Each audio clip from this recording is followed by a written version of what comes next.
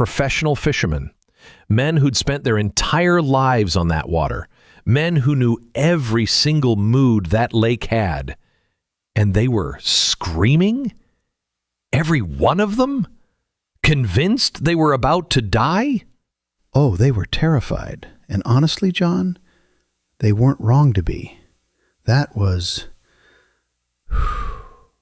the worst I ever saw that lake get. And I'd been on it my whole life. Okay, take me back. The whole thing, from the start. Where were you even headed? So, it's the end of a long day. I'd been teaching down by the shore for hours. Huge crowds, no real break. And by the evening, I was just done. Completely wiped out. So I turn to the others and I say, "Come on, let's cross over to the other side." And we push the boat out right as the sun's dropping behind the hills. Now, you've got to understand this lake, John. It sits down low in a kind of bowl, mountains all around it. And when it's calm, there's honestly no more peaceful place on earth. So I go to the back of the boat, put my head down on a cushion, and I'm asleep almost before we've left the shore. Rocking boat, sun going down, you're exhausted. Man, that is the best sleep there is. I'd have been out before you were. It's the one time that lake actually lets you feel safe, which is exactly the problem. So how does a night that calm turn into the worst storm you've ever seen? How fast are we talking? That's what people don't understand about that lake. It doesn't warn you. The cold air pours down off those mountains, slams into the warm air sitting over the water, and minutes. That's all it takes. One moment, the water is like glass. The next, the wind is howling and the waves are coming straight over the sides of the boat. Holy, that sounds terrifying, especially coming from calm water minutes ago. And remember who's in that boat. Peter, Andrew, the sons of Zebedee, fishermen. This lake was their whole life. They'd seen rough water 100 times, and even they were certain they were finished. That's how you know how bad it was, John. When the men who know the water best are the ones losing their nerve. And you're asleep through all of it. Through the wind, through the waves, through the shouting, the boat pitching like a toy, and I didn't stir. See, okay, I can't get past that part. I wake up if a door shuts too loud. You're unconscious in a boat that's actively filling with water. I know. What can I say? I'm a good sleeper.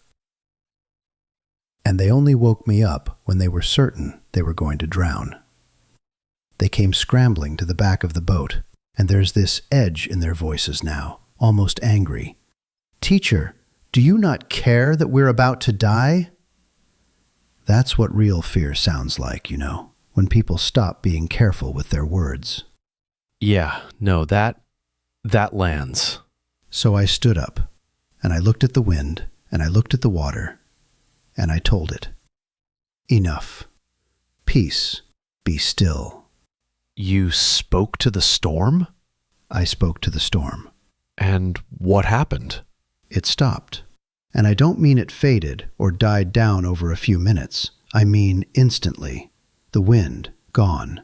The water, flat as a table. One breath, there's chaos all around you, and the next, nothing.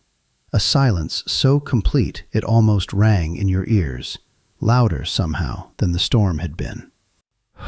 And the men, what are they doing in that silence? Nobody spoke. At first they just stared at me, and then one of them said it, very quietly. "Who is this, that even the wind and the sea obey him?"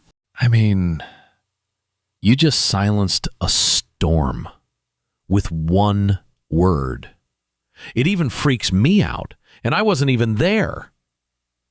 They must have thought they would be dreaming or tripping. See, here's what gets me. That wasn't even the only night something happened to you out on that water, was it? No, it wasn't. Because there's another one. And this is the one everyone's heard of. even if they don't know much else about you. Take me into it. This was a different night entirely.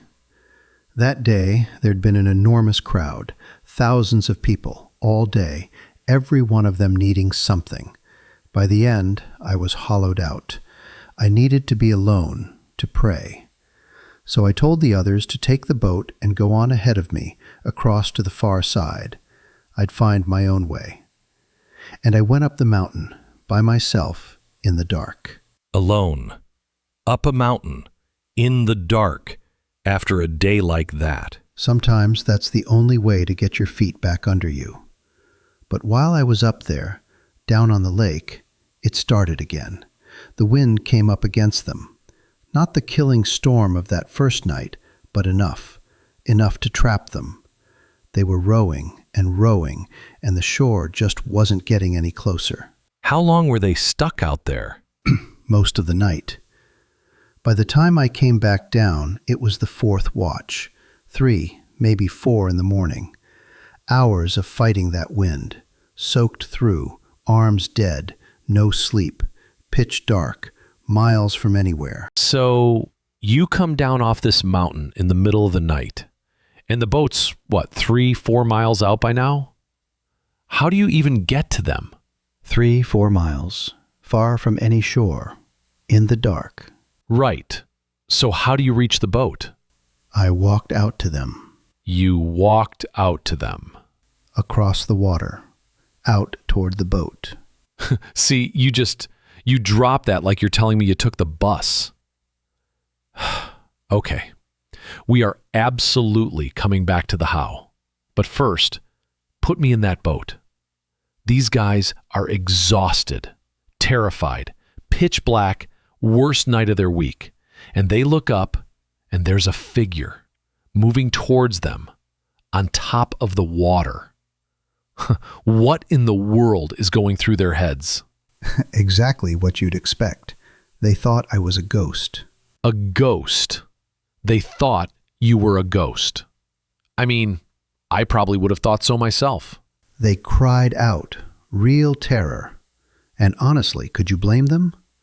Picture it from where they're sitting. You're spent. You're frightened. It's the dead of night, and now there's a shape gliding toward you across water no man can stand on. Of course, they thought it was a spirit. So the first thing I did was call out, so they would know my voice. Take heart, it's me. Don't be afraid, is what I spoke to them. That scenario is so insane to imagine. Let me guess. Now Peter comes into play, right? Because it's always Peter, right? He doesn't just sit quietly and wait for you. No, never. Peter calls out across the water, Lord, if it's really you, then tell me to come to you, out there, on the water. So I told him, come. And he actually does it? He gets out of the boat? He got out of the boat, in the middle of the sea, and he walked. Peter walked on the water toward me, a few steps, real steps. Okay, see, honestly, that's the part that floors me more than you doing it. All right, I don't even know what you are yet, but Peter's just a guy, a fisherman. And he climbed out of a boat onto open water in the dark. And then he made the one mistake. He looked away from me, felt the wind again, saw how big the waves still were, remembered exactly where he was standing. And the instant the fear came back into him, he started to sink, going under, grabbing at the water, shouting, Lord, save me. Oof. And you? I reached out and caught his hand. Right away, I was never going to let him go under. And I asked him, why did you doubt? Because he'd had it, John. For a few steps, he truly had it. It wasn't the water that pulled him down. It was the fear. I mean, that's all of us, isn't it? We're fine right up until the second we look down. You are right, John. You are. Trying to keep your head up high isn't always easy. So, right after I grabbed Peter's hand, we climbed up into the boat together. And the moment we did, the wind stopped. Just like that first night, that same impossible stillness. And this time, the others didn't argue, didn't question it. They just looked at me, and one of them said it out loud. Truly, you are the Son of God. 2 nights, 2 storms on that same water. And both times it ends the exact same way. This dead, ringing silence.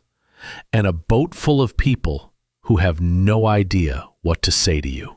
That's the thread, isn't it? I never once told them the storm wasn't real. The danger was real. The fear made sense. All I ever asked them was, why were you so afraid when I was in the boat with you the whole time? Yeah. Okay. I could honestly sit here until sunrise with just these 2 stories. But I think that's where we leave it tonight. This was something else, brother. Really. There's 100 more things I want to ask you about. The ones people still argue over. The ones nobody can explain. Another time, if you'll have me back. Anytime, John. You ask good questions, and you actually listen. You'd be surprised how rare that is. That means a lot. Go on. Get some rest before the sun's up. Thank you, brother.